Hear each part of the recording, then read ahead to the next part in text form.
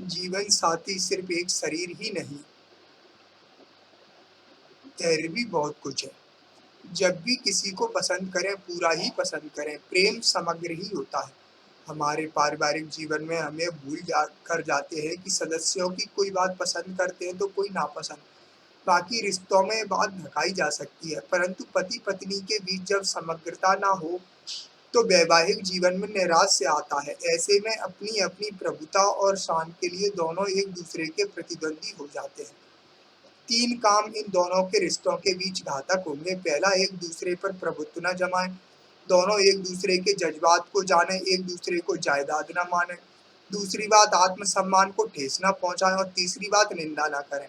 इन दोनों के बीच जितना समग्र लगाव होगा, उतने ही ये संतान के लालन-पालन में सहज होंगे। आर्थिक स्थिति दोनों को सँभालना है। मोर्चे भले ही बदल जाएँ, परंतु घर में आते-जाते धन पर दोनों की संयुक्त रुचि, अधिकार और नियंत्रण होना चाहिए। दोनों एक-दूसरे की जगह बने, केवल किसी एक के नेत्रों से यात्रा पूरी नहीं हो सकती। गृहस्थी में कई तरह की छिपी हुई चट्टानें होती हैं। कुछ लुढ़क कर खुद हमारे ऊपर गिरती हैं, तो कुछ से हम स्वयं टकराते हैं। ऐसे में चकनाचूर हो जाते हैं रिश्ते। विवाह पूर्व जब पति या पत्नी का चयन होता है, तो उसकी देह को लेकर कुछ विशेष पसंद होती है। शरीर के कद, काठी, रूप, रंग, चाल-ढाल, नेत्र, केश को लेकर तो स्वप्न बुने जा चुके हैं। लेकिन याद रखें, जीवन साथी देह के अलावा और भी बहुत कुछ लेकर आता है। शरीर के हर अंग की आकृति ही नहीं, स्वभाव भी होता है, और उसी के अनुसार मनुष्य आचरण करता है।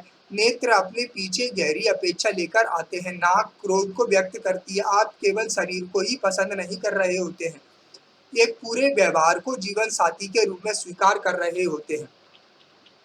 आपके जीवन में शरीर के पीछे उसका स्वर्ग या नरक भी चला आ रहा होता है।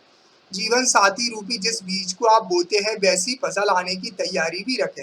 इसीलिए जब किसी को पसंद करें, जीवन में लाएं, रिश्ते निभाएं, तो समग्र ही पसंद करें, क्योंकि मनुष्य जोड़ होता है और आप तोड़कर संबंध रखेंगे तो सुखी नहीं रह पाएंगे।